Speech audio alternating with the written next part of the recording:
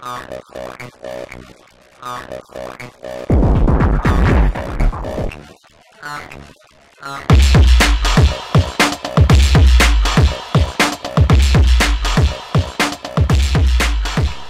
pasa, amigos?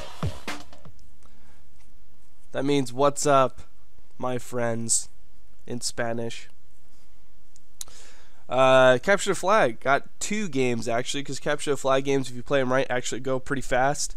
These are pub matches, so you're not playing against, like, MLG versus MLG team.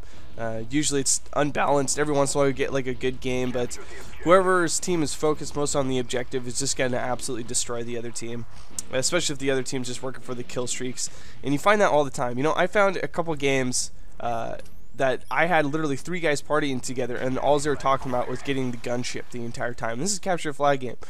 Break away from that. Pay attention. I know that my teammate just pulled the flag and he's running behind me, behind that building. So I deliberately and purposely posted myself in the corner in the front of that building to see if I was going to catch any enemies trying to cut them off and trying to get to our flag. And if so, I was going to call that out. You got to be able to make decisions on the fly like that. This is one of those games that it's meant to play super fast. You're not supposed to be, you know, stopping for long periods of time and sitting and waiting. This game is made for you to be running non-stop. Class I'm using, obviously I'm not using a silencer on my weapon. I think I meant to put on extended mags, but I didn't put it on in time before this game pumped on. The reason why I put extended mags on a class without silencer is because I don't generally have enough time to reload because I'm going to be running around so much, and this isn't Battlefield Bad Company 2. You can't reload while you're sprinting. You have to come to a complete stop when you're sprinting, and I don't want to come to a complete stop. So extended mag somewhat takes care of that issue for me. It gives me enough ammo to be able to carry myself through, you know, one sprint across the map to capture a flag, or grab a flag and run back and capture it. I won't have to reload. The other perks I'm using is lightweight, of course, and marathon. Marathon, I do not have Marathon Pro. Marathon Pro makes it so that you can sprint non-stop. It's very nice. I just literally unlocked it. You'll see that in the next video. I can't imagine how nice it's going to be playing Capture the Flag with Marathon Pro. It's going to be way better. It's going to make the game so much easier when you just click the button and you have unlimited sprint. You can just sprint forever. I just got a triple kill not too long ago. I mean, wow, montage clip. That just worked out perfectly. Tossed a grenade. I got 2 other kills with my weapon. My grenade blows up in the back. Jumbles up everybody's screen probably. Easy way to get a triple kill. That was so nice. Stars just aligned perfectly for me. And even though I just got a triple kill, I'm not sprinting straight into the spawn because there's one guy left, and this is why. I caught him as soon as I grabbed that flag, and I knew I did not have enough time to react to it. So I was like, shit balls, and I tried to take off sprinting. Sketchy kill cam. As always, this is Black Ops. Sketchy. But you're going to find that a lot. You're going to find a lot of the time that you're going to have guys that use the objective as bait. And so they're going to use the excuse of them defending it, but you don't need to be camping in the spawn waiting for someone to just run in to get the flag. I mean, basically, you know that the enemy team, to win this game, has to run in to touch that flag. And so there's going to be guys that are going to post in some corner where they're almost 100% invisible and just have their iron sights pulled up and are waiting for someone to pull that flag. I'm not saying that it's completely wrong, but I know for a fact that guys are doing it for kill streaks rather than objective, because this is pub match. I have played hours of Capture the Flag. I've heard no team communication, and you know, you can justify defending the flag all you want, but unless you're playing with a group, like a party of your teammates, and you know everybody's individual role, then if that's all said and done, like you go, okay, 2 of you are going to be camping our spawn, making sure nobody caps our flag or takes our flag, and the other guys are going to be running for the flag to try to cap flags. That's okay. That's actually how this game should be played. But my argument is that every single game I've played, nobody breaks down roles. Nobody hardly ever communicates in this game at all. If it is communicating, nobody like listens to your callouts. Nobody reacts to anything I've ever said in this game. It's absolutely baffling to me. And so, run the flags, guys. Like, who gives a shit about the kill streaks? We're playing objectively here, gaming legit. We're not, you know, Machinima, St. Anders, and those guys trying to post 43-1 team deathmatch games non-stop. You know, I've given you a tactical insertion video. I actually should have put tactical insertion on this, but this map is so small that it probably would have hurt me if I was trying to do tactical insertions nonstop, it would have taken too much time. Other maps would probably be more necessary. Don't get butthurt, by the way, for me calling out some machinima people. It's all fun. It's all fun. It's all fun. I actually like scene editors, so don't get all pissy, because I know some people are just like extreme fanboys. It's absolutely crazy. But the whole point of this, don't worry about your kill streaks, all right? You know, YouTube is kind of like blinded everybody to think that like it's all about kill streaks. It's all about getting that insane kill death ratio to post on YouTube to showboat to everybody. It's all about the montage clips. It's all it's about. You know, we're trying to play objectively here, guys. And like the nice thing about Treyarch, they were trying to turn this game back over to that competitive game, to push for objective. But it's almost like the community has been so butchered and mind raped that everybody voids out objective. You know, it's going to take a while for the community to shift over.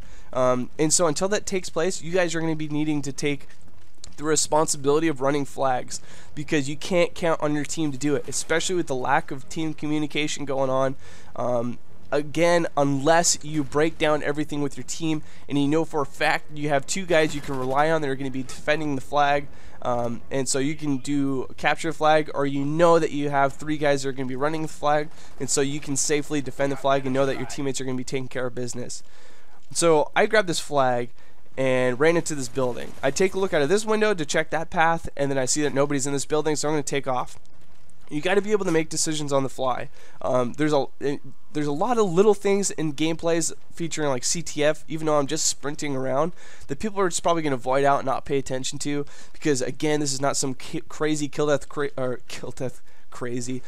ratio that illustrates some mad gun skill that I have.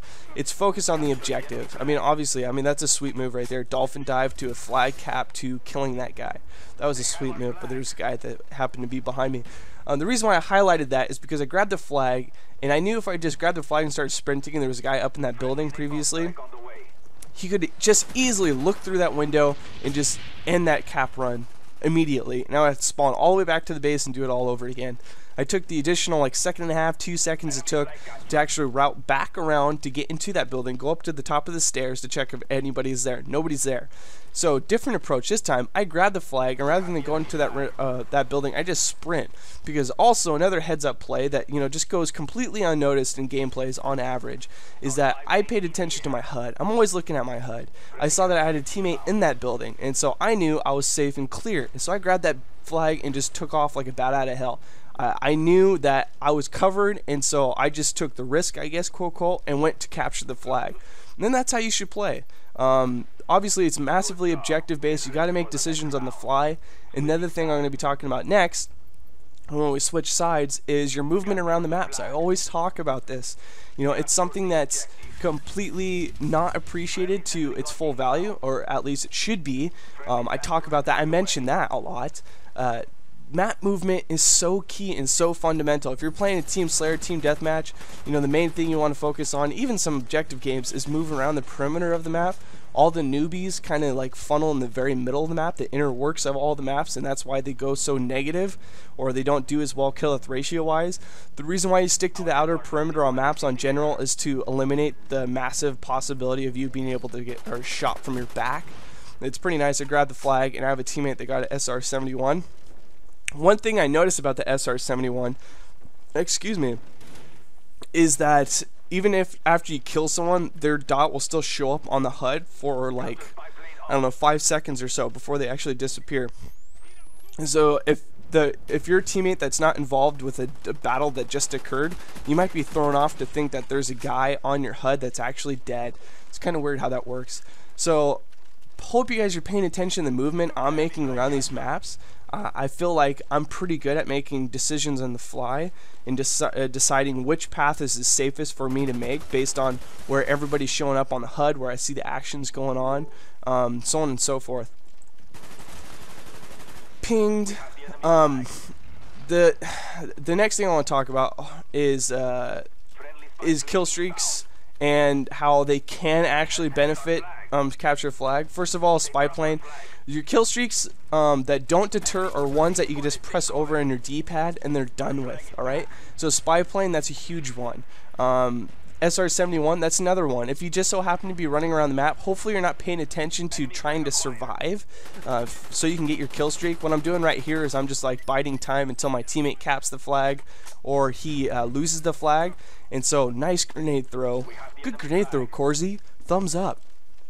And so the flag pops back up. I'm right there to take it immediately.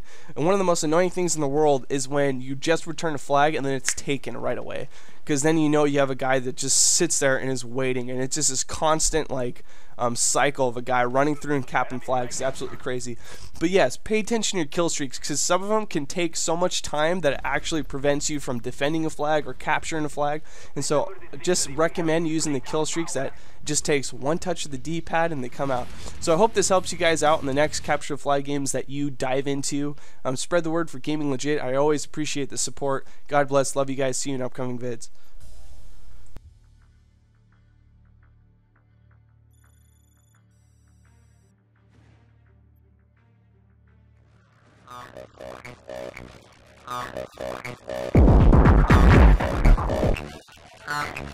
Okay.